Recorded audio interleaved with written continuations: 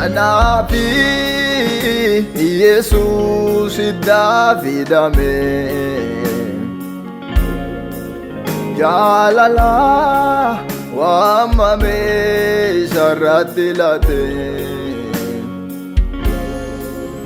Anafi Jesus Davidame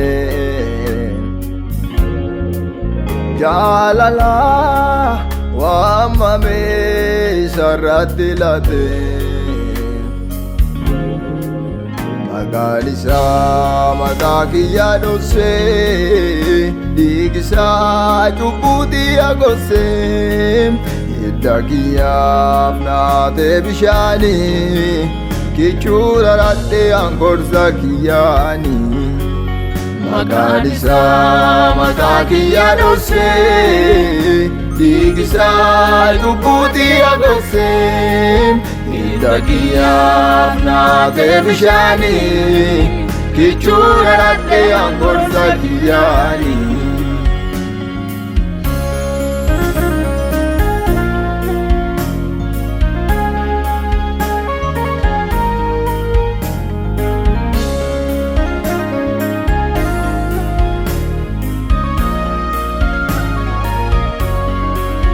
Digazati, dikatani, ingomanu bilisa bayani. Jalala itti digatani, imbadanu jireenya argatani. Digazati, dikatani, ingomanu bilisa bayani. Jalala itti digatani imbadanu jireenya argatani. Inni Yesuus maqaan isaa yoo yaamani nama fayyisa himamu guddummaan isaa. Inni Yesuus maqaan isaa yoo yaamani nama fayyisa himamu gaarummaan isaa. Inni Yesuus maqaan isaa gaafa yaamani nama fayyisa ulfaatus maqaan isaa. Inni Yesuus maqaan isaa inna yaamani nama fayyisa aballamuut maqaan isaa.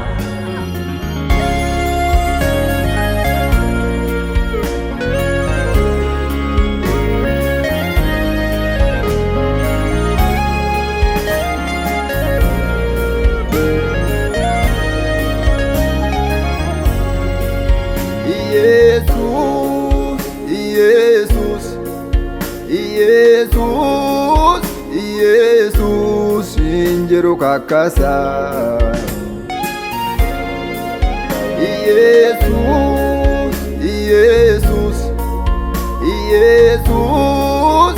Yesus injiru kakasa. Wanda minamune melefida, wandrina mune melefida. Wawarina gode imelentida, waninina gode rumbe kukita. Annamina gode imelentida, wandrina gode imelentida. Wawarina gode imelentida, waninina gode rumbe kukita. Magalisa Matakiya dose Digisa Chuputi agose Idakiyaf Nate Bishani Kichura Rate Angorza Kiyani. Magalisa Matakiya dose Digisa Chuputi agose Idakiyaf Nate Bishani kichura radden korsa kiyyani maqaan isaa maqaa kiyya dhosse dhiigisaa cubbuutti golleera dakiyyaaf naatee bishaani kichura radde fayyisaa kiyyani Anafi Yesus Davidame Jalala Wamame Saratilate Anafi Yesus Davidame Jalala Wamame Saratilate